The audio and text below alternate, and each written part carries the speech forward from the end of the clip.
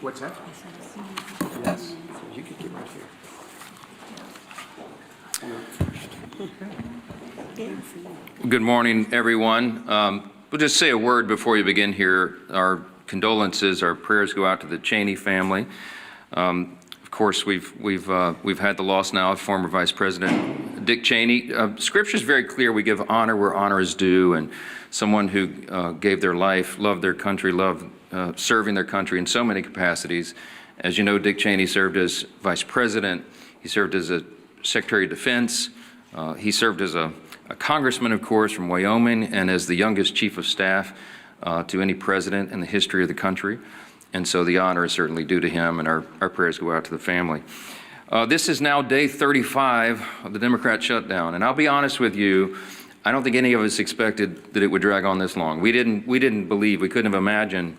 It's now tied for the longest shutdown in U.S. history, and we didn't think we'd have to come in here every single day, day after day after day, and repeat the obvious facts to the American people, and to put on display every day what is happening here.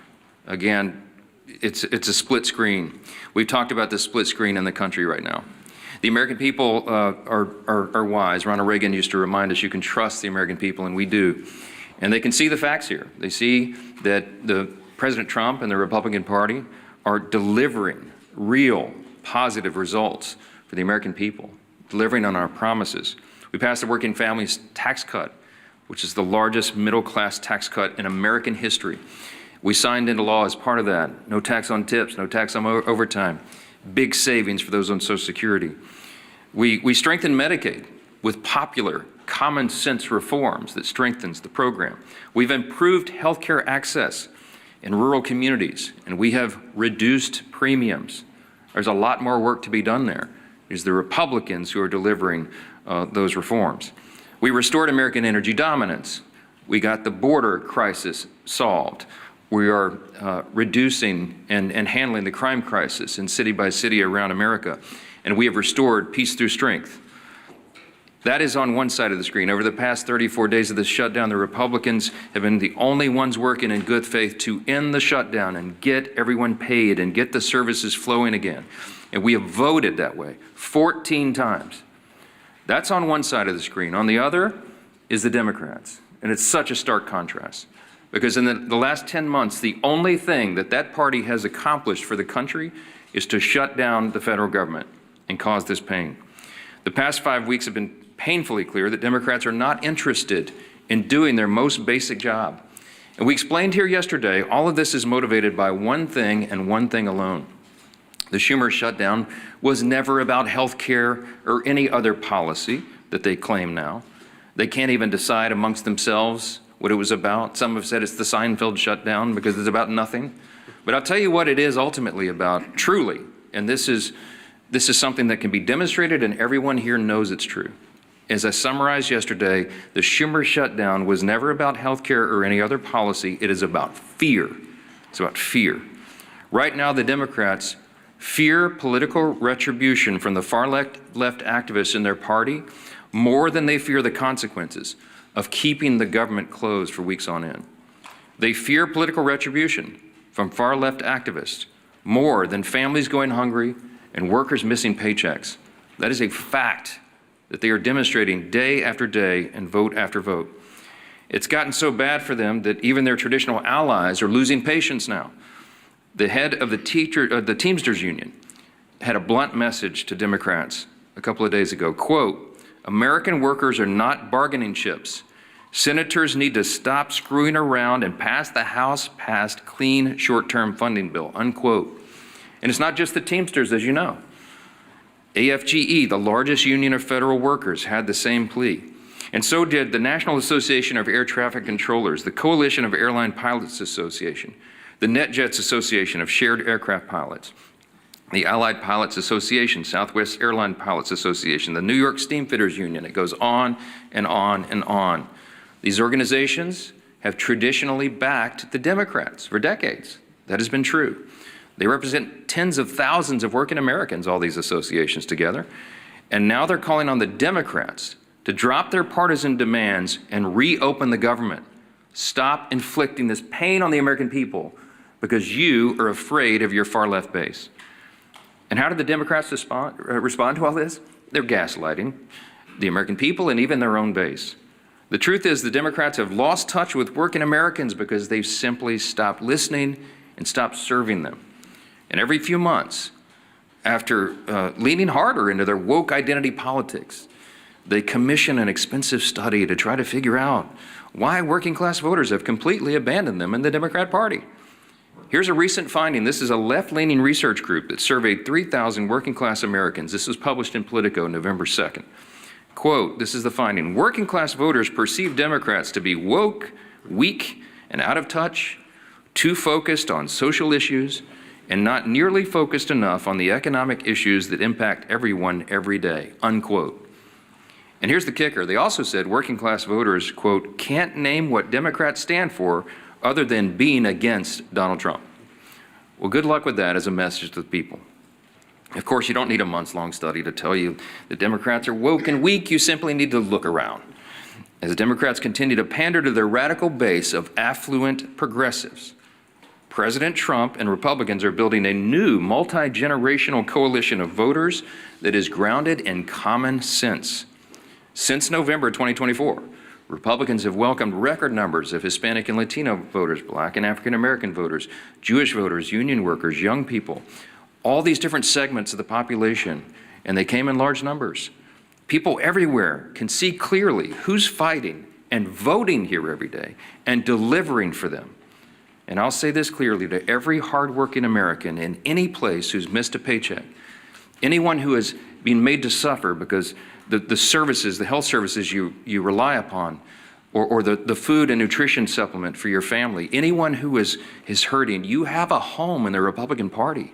You have people here who are elected by their constituents to come and do their job, and they do it. They're voting to support you, to make these programs available, to ensure that the people in need have them. And the Democrats, by stark contrast, are doing the exact opposite. With federal workers entering their 5th week without a full paycheck, Democrats ought to be taking a hard look in the mirror. Will they continue to bend the knee to their radicals who run their party? Or will Democrats finally do something to serve the working Americans they abandoned long ago? As we said here all along, and every day we come in and tell you the same thing, Democrats made the deliberate choice to shut down the government. And only Democrats can put an end to this madness by making the deliberate choice now to reopen the government. Today is a big election day. In these blue states, we certainly hope for a surprise, but I mean, it won't be a big surprise if the front runners, the Democrats, the radicals, win some of these elections. We're watching New York City very closely, as you all know, and so is Chuck Schumer and Hakeem Jeffries. And they're terrified that the Marxists are taking over their party, and the evidence today may show that that is true. Now, until Democrats decide to do the right thing, we expect working Americans to continue to flee the Democrat Party and find a home with the Republicans, and we welcome them with open arms, and we'll keep fighting for them every day. And one of the people who is fighting every day and doing an extraordinary job in the cabinet of this administration, this historic administration, that has accomplished more in the first 9-10 months of an administration or Congress than arguably any in history. We have our former colleague and our dear friend who's on the side of American workers, and we'll address that today, Labor Secretary Lori Chavez-DeRemer. We're happy to have you. Madam Secretary. Well, thank you, Speaker Johnson, and it's certainly an honor to be here at the Capitol on behalf of this administration and this president. Speaker Johnson, I want to say thank you to you and my former colleagues. House Republicans did their job more than 5 weeks ago by voting for this continuing resolution. How do I know this? Because I did the same thing 5 different times when I was a member of the House. It was one of the easiest votes for me to take, because you do not play games on the backs of the American people. It's the fundamental tenet that they elect you to do, and that is to keep the government open. That's exactly what I did. And now Democrats are not choosing to represent their constituents and the American people. What does a shutdown do? 42 million Americans are going without their SNAP benefits. Air traffic controllers are working around the clock to keep Americans safe, without sleep, without paychecks, and they are required to do their job. Small business owners are not getting $4 billion in small business loans to keep their doors open. How can the economy continue to grow? We are losing $15 billion a week in GDP because of this Democratic shutdown. American workers are suffering. Prominent unions are speaking out. Our friend Sean O'Brien, as the speaker said, was at the White House begging Senate Democrats to open up this government. American workers, 1.3 million Teamsters are represented by Sean O'Brien. He mentioned they cannot be used as political pawns. But you know who's being used as political pawns? The Teamsters by these Democrats. Because they will go to the Teamsters and they will ask them for something, and now they're not going to answer that call. They are begging them to open up this government to grow this economy. Other unions as well, manufacturing, building trades, industry-specific skilled trades. It's the workforce that I represent as the Labor Secretary. Every single day we show up to make sure that they have the tools that they need. We have sent out over $86 million to our respective states in order to upskill and reskill the American workforce. The future of the American economy is on my shoulders, on this administration's shoulders, and the Democrats have stopped all the momentum that we have put in the last 9 months. Registered apprenticeships, the future workforce. Not only are we hurting the current workforce, it's the future workforce. We are trying to educate our young people. We're trying to register 1 million active apprentices across this country. We had almost 250,000 registered, and now that has come to a screeching halt. We're trying to educate our young Americans on AI. Pilot approaches for workforce challenges in AI, the uncertainty. American workers deserve to know that they are going to have a job in this country, and the Democrats have chosen to play those political games. But many of our efforts have been stopped. 13 times they had an opportunity to say yes, just like I did, just like my colleagues have done. Enough is enough. President Trump has done his job. Not only has he leveled the playing field with tariffs, not only has he welcomed great trade agreements, he has worked most recently with South Korea and Japan to bring hundreds of millions of dollars back to this country for the shipbuilding trades. I have been working around the clock to make sure that we can protect our national security for this country, and now that has also come to a stop. We are hurting American workers. We need to get them back to work. We need to grow this economy. We need to get their paychecks back in their hands so they can provide for their families, put gas in their cars, pay their mortgages, turn on their lights. I'm talking to all of you American workers out there. We're here for you. We're going to continue to fight through this shutdown, and I am begging these Democrats to show up, do their job, and open up this government. 35 days is far too long for the American people. Enough is enough. I'd like to turn it over now to my Chairman Walberg, Education and Workforce Committee. And again, on behalf of the President, it is an honor to serve him. It is an honor to serve the American people, an honor to get up every single day and do this job for the American men and women of this country who are building back the United States. Thank you. Well said, Madam Secretary. And I've worn out my voice, Mr. Speaker, over the course of the last 5 weeks all across my district, from Lake Erie to Lake Michigan, from Detroit to Grand Rapids, from South Bend to Toledo, Ohio. Getting the message out, the Republicans did what we needed to do to keep this country moving forward. We were willing to negotiate on everything and anything, but do it in a way that doesn't have a punitive impact upon the citizens we are so privileged to serve. And Madam Secretary, we're looking forward to Workforce Pell being initiated and getting more people trained for the workforce for the jobs that we need. And this stutter that's gone on now for 35 days doesn't help us get it up and running well as a result of the One Big Beautiful Bill and what we've done there and many other things for education and the workforce. It's now been over a month since Democrats shut down the government, and the American people are feeling the impacts. Workers and families don't know when they'll receive their next paycheck. Service members and men and women who keep us safe may not be able to feed their families. Air traffic controllers are working double shifts along with TSA, that I greeted last night and thanked for working without a paycheck in sight. These are proud Americans who are working hard to keep our communities running, and the Democrats are making sure they won't get paid. The Democrats are making sure they won't get paid. Did I make that clear? We've tried to do that all across the media networks in Michigan, and I think it's working. Similarly, businesses across the country are facing mounting uncertainty. Groups like the Job Creators Network and National Restaurant Association are raising the alarm about millions of workers and businesses at risk of closing because of the shutdown.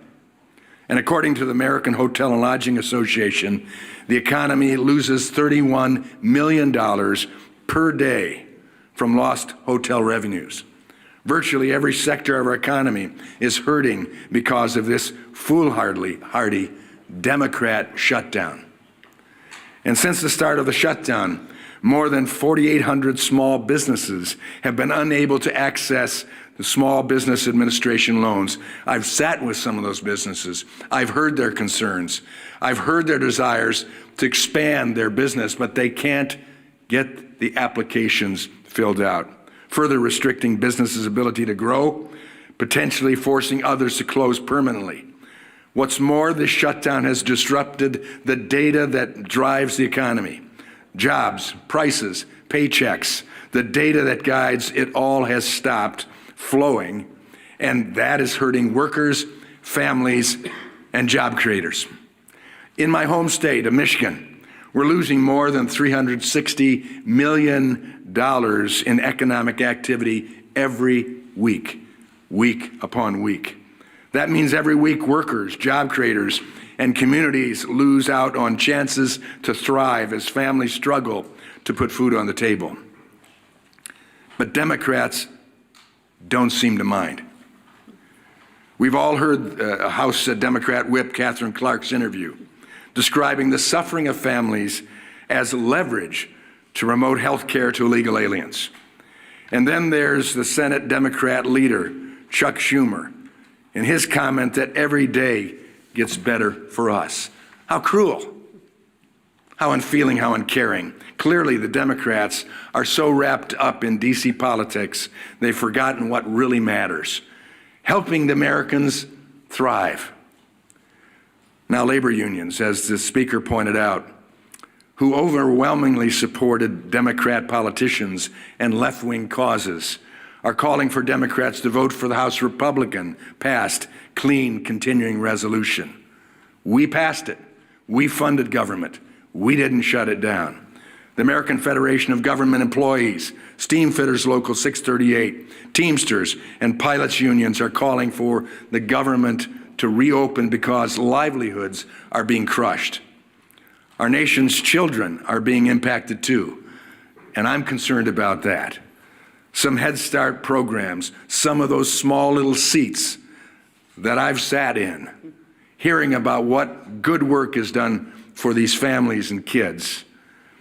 Head Start programs, because of the Democrat unfunding of them, will not receive federal grants despite being the only option for many low-income families. That will lead to disruptions that will force families to go without child care as programs face dwindling funds or go without funding entirety. We funded it in the House. The Senate Democrats need to do the same. If the COVID-19 pandemic taught us anything, it's how bad any disruption to a child's life can be. Long-term school closures exacerbated learning loss and caused skyrocketing truancy. How long do the Democrats need to keep our government shut down before they see the real harm they're doing to Americans' children? The Democrat government shutdown has gone on far too long. And the longer it lasts, the worse things get for the American people. This is the first time in history, if you might be reminded, the first time in history a political party has shut down the government over a clean CR. The Democrat petty partisanship is hurting workers and families across the country.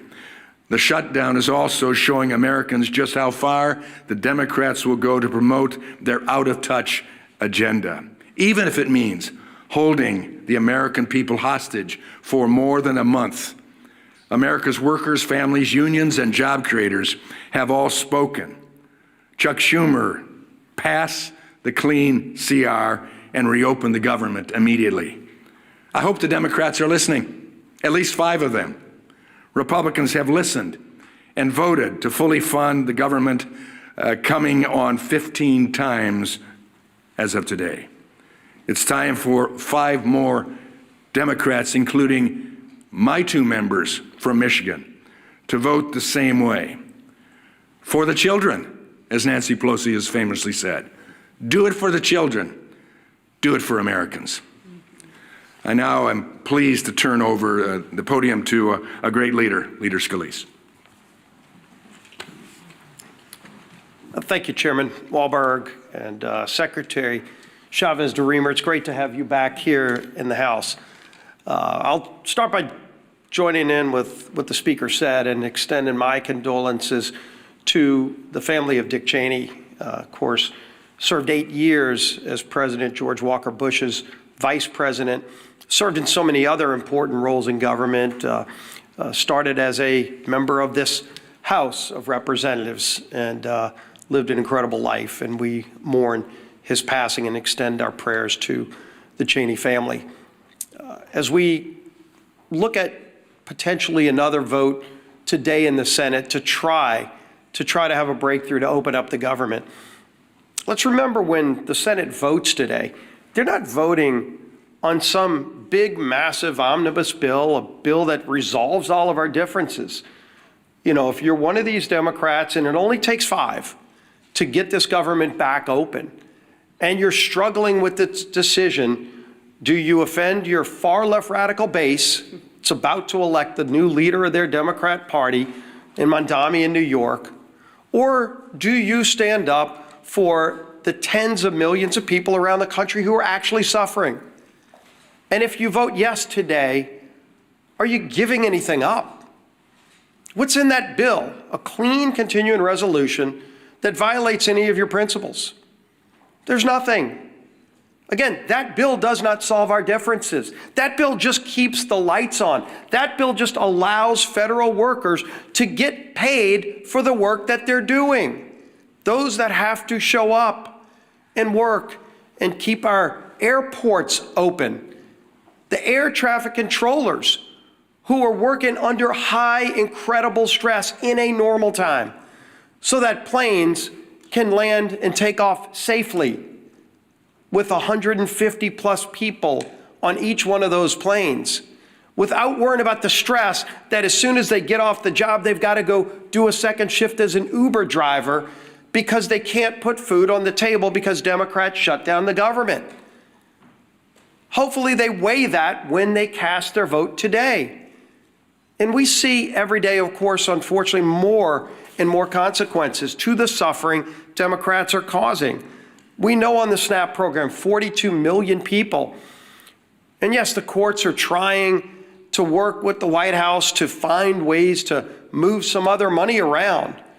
But as we know, even if they're able to move money around, it doesn't make that program whole. The only way to make the SNAP program whole is by Democrats opening up the government. It's real straightforward. You vote yes or no. You vote yes because you want to put food on the table for 42 million low-income families. But if you vote no, maybe because you're afraid of some radicals in Portland or San Francisco or New York City, when you vote no, you are taking food off the table for 42 million low-income people, the least among us who need that help. 6.7 million going without the Women, Infant, and Children program funding. WIC program is really, really important, again, to very low-income people who need that help. Democrats have no problem shutting off that funding, causing that suffering, and to use their term, because they think they're getting some kind of leverage. We still don't know what the leverage is for. They're trying to leverage the American people, and they can't even articulate what it is they want. Yeah, $1.5 trillion wish list of crazy items like free health care for illegals, gutting a rural health care fund. Is that really the leverage they want to use the American people for and deny the WIC funding? 2 million people in the military, 2 million service members going without pay. What do they say to them? Oh, gee whiz, they were so afraid of Mandami in New York that they couldn't vote to pay our men and women in uniform who are keeping our country safe, risking their lives, while their families are wondering if they're going to be able to put food on the table. What a profile in courage. It's gutless. 700,000 federal employees without pay, 670,000 federal workers furloughed, 5.9 million households at risk of losing their home heating services under the HEAP program. You know, we had Secretary Chavez-DeRemer talk about opportunities for young people. They just want to learn through apprentice programs to get their start in life so that they can go and get a skill, a trade, maybe start their own small business. That's not going to happen while the government's shut down. And if those Democrats vote no again today, ask them to articulate why. What's their answer to those young people? Some 19, 18-year-old kid who just wants to go learn electrical skills, but won't be able to because, why? Because Democrats want to use him as leverage in some game that they can't even explain.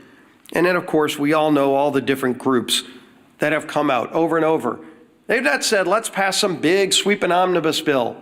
They've just said, pass the clean CR that the House passed over a month ago. The National Air Traffic Controllers Association, American Federation of Government Employees, Teamsters, Coalition of Airline Pilots Association, Airline Pilots Association, NetJets Association of Shared Aircraft Pilots, Southwest Airline Pilots. Additionally, United Airlines, Delta Airlines, American Airlines, Southwest Airlines have all called for the same thing. It's for the Democrats in the Senate to pass the clean CR. The message couldn't be clearer. Their mission can't be more direct. You just show up today and do your job and vote yes. Doesn't solve all of our differences. It just gives us a few more weeks to start negotiating our differences on so many things, but while not holding the American people hostage. End this madness, Democrats. Open up the government. Our whip, Tom Emmer.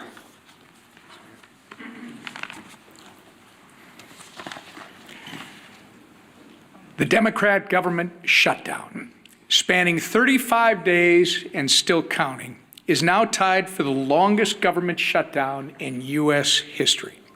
Chuck Schumer and company are going down in the history books for beating total obstructionists over a nonpartisan government funding bill. Meanwhile, it's hardworking Americans who are being forced to pay the price. Federal workers are turning to local food banks to feed their families. Head Start programs are beginning to close, as Chairman Walberg mentioned. Thousands of flights are getting delayed due to staffing shortages. Small businesses that contract with the federal government have already lost an estimated $12 billion. Even unions, as you've heard, which traditionally have favored our colleagues on the other side of the aisle, are begging for them to end their needless shutdown charade. The good news is, I think we've reached the real inflection point. Today is election day in several states, and we're hopeful that after today, the Democrats won't be as concerned about holding the line in order to appease the Kami Mamdani and Omar Fata wing of their party. And maybe, just maybe, at least 5 Senate Democrats will finally come to their senses and join us by passing our clean CR to reopen the government. The ball is in their court.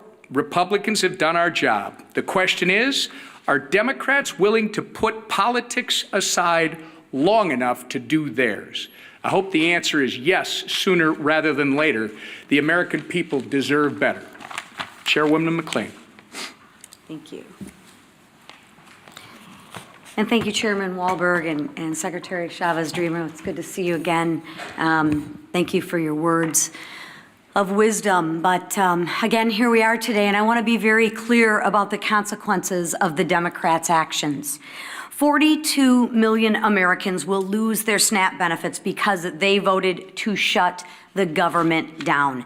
Air traffic controllers, TSA agents, and federal law enforcement officers are working without pay because they voted to shut the government down.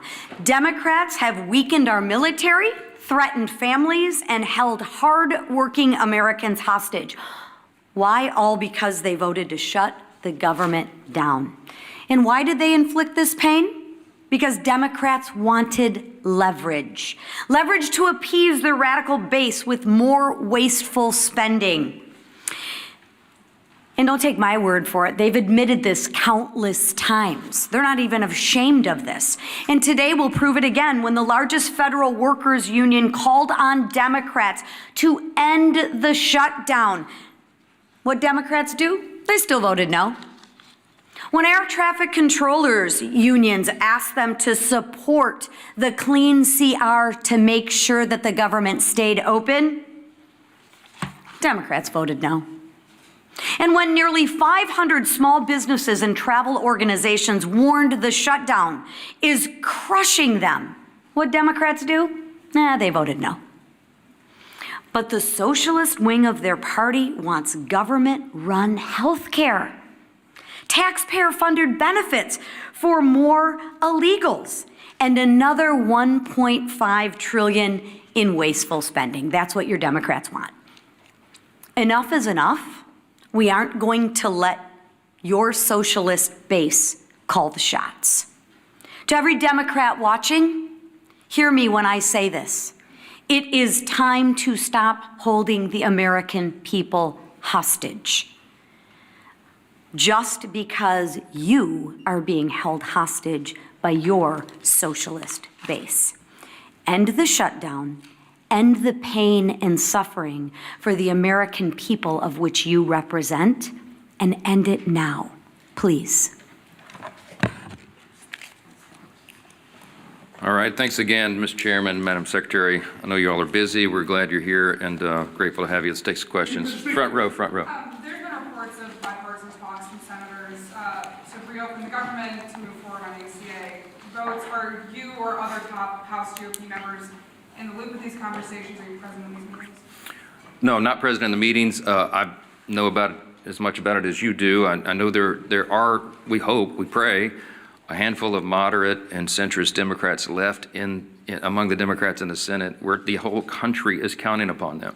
I have said here, I do not expect that Chuck Schumer or Hakeem Jeffries will ever vote to reopen the government. I don't think that they're willing to face the wrath of the leftist base. They see what's happening in New York City and in their state of New York, and they're terrified by that. I mean, we've made that very clear, and I think the evidence speaks for itself. So we're going above the heads of the so-called leadership, and we are appealing to the consciences of a handful of people in the Senate who want to do the right thing and just stop the pain for the American people. And we pray that today is that day. Maybe tying for the longest shutdown in history is something that they can claim as some sort of success. But it's sickening. It's sickening to see a political game being played. We're not playing a game here. We never were. Back on September 19th, to remind you all again, we passed a clean, nonpartisan CR that's 24 pages in length, had not a single Republican priority on it. Why? Because we did it in good faith, because we didn't want this eventuality to occur.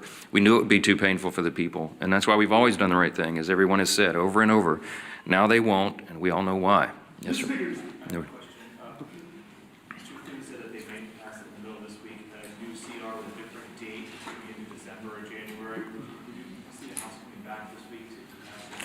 If the Senate passes something, of course, we'll come back. We're running out of clock. Obviously, we put 7 weeks on the clock. That was remember, the bipartisan arrangement that was made between Democrats and Republicans in the House and the Senate, in consultation with the Senate, bipartisan, bicameral agreement that they needed 7 more weeks on the clock. Because once we got to the end of the fiscal year, September 30th, there would be that much more time needed, they estimated, to finish the government funding appropriations process. The Democrats have played games, and we've lost so many of those days now. So if they extend it, obviously that logically makes sense to us. I am not a fan of extending it to December because, let's be frank, a lot of people around here have PTSD about Christmas omnibus spending bills. We don't want to do that. It gets too close, and we don't want to have that risk. Well, we're not doing that. We're not doing that. But too many people have concern. I think putting it into January makes sense, but we've got to obviously build consensus around that. There's some discussion about it. We'll see where it lands. I'm not sure. Scott, real quick. Yeah, Scott. Mr. Speaker, you referenced the passing of Dick Cheney earlier, who was arguably the most powerful vice president in our lifetimes. Obviously, he had a complicated relationship with President Trump in his later years, as did his entire family. But he served, I think, 3, maybe 4 presidents in the White House and in some of the top roles. Do you have any personal reflections, or did you have any interactions with Cheney as you were sort of coming up in Republican politics in Louisiana? And do you think, are there any plans for him to lie in the state here at the Capitol where he served? Well, this all, just was announced this morning, so there's not been any discussion about that yet. My interaction with him personally was limited when I was a freshman in Congress, and the 115th Congress came here in January 2017. One of my classmates was Liz Cheney, and we were in the same class. And I think I met her father for the first time with her personally. And of course, I was honored to meet him. At the time, everybody was aligned on the same page on everything. And I, admired what he had done in Republican politics to that point. And I meant what I said when I came up here and began this morning, that even when we have political differences with somebody later in life, you have to honor the sacrifices and the service they gave to their country. We certainly do that for the former vice president, and our prayers go out to the whole family. So, yeah. You talk about the split screen between the Democrats are doing and what the Republicans are doing. What about the split screen about the fact that the Trump administration is administering only part of the SNAP program while President Trump is having a Gatsby party at Mar-a-Lago? I reject the premise of the question. Let me talk about SNAP. Okay. By the way, the president had an annual Halloween-themed party every year at Mar-a-Lago. That's what he went back to as obligatory tradition. And I just discount what you're trying to do there. The SNAP benefit is a very important question.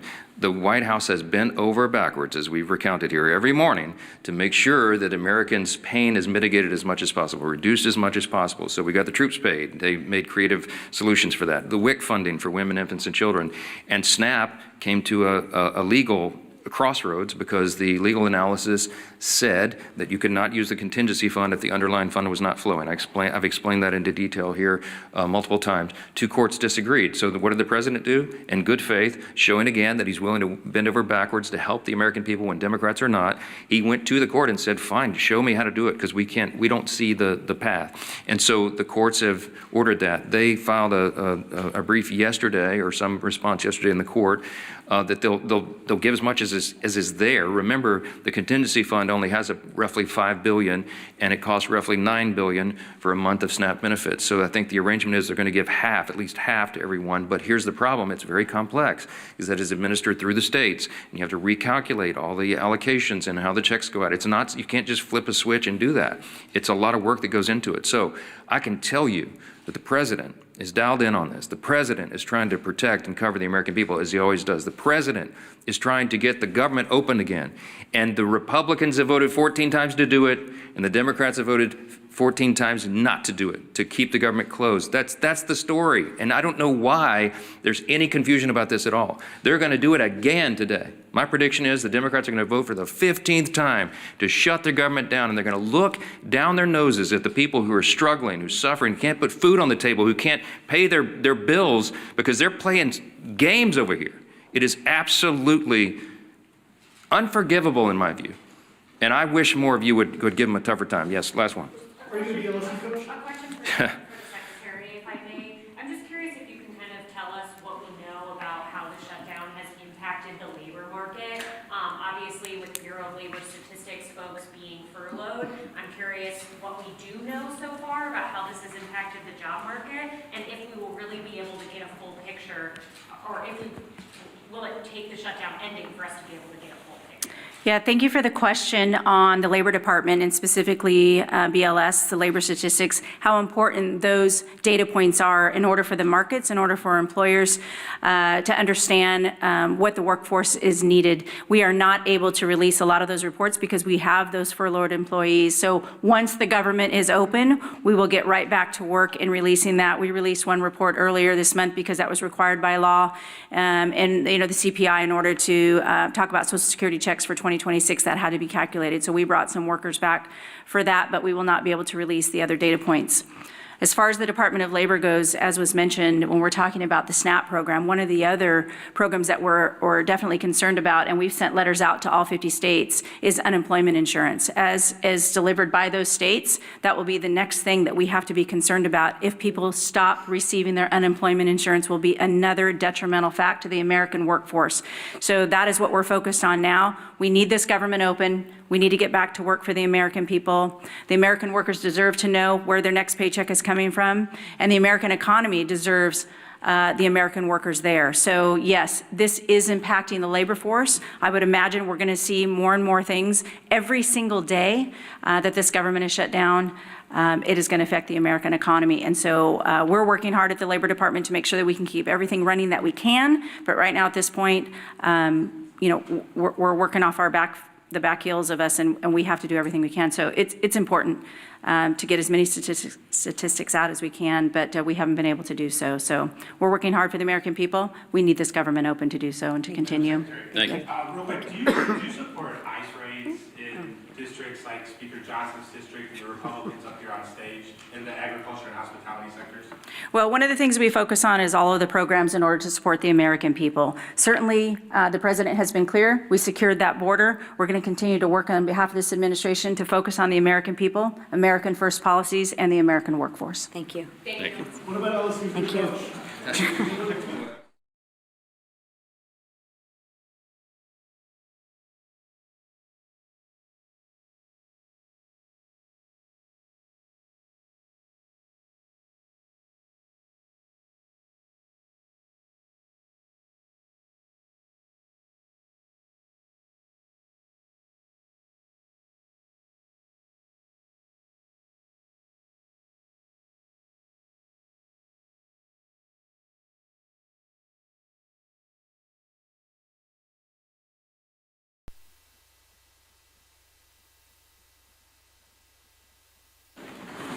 I'm just going to sneak this under there because I'm Yep. All good. I'll stand on that. You want to stand? Good morning, everybody. Here we are again. It's day 29 of the Democrat shutdown, and things are getting really tough for the American people. The Democrats are coming near now to a cliff that they will not be able to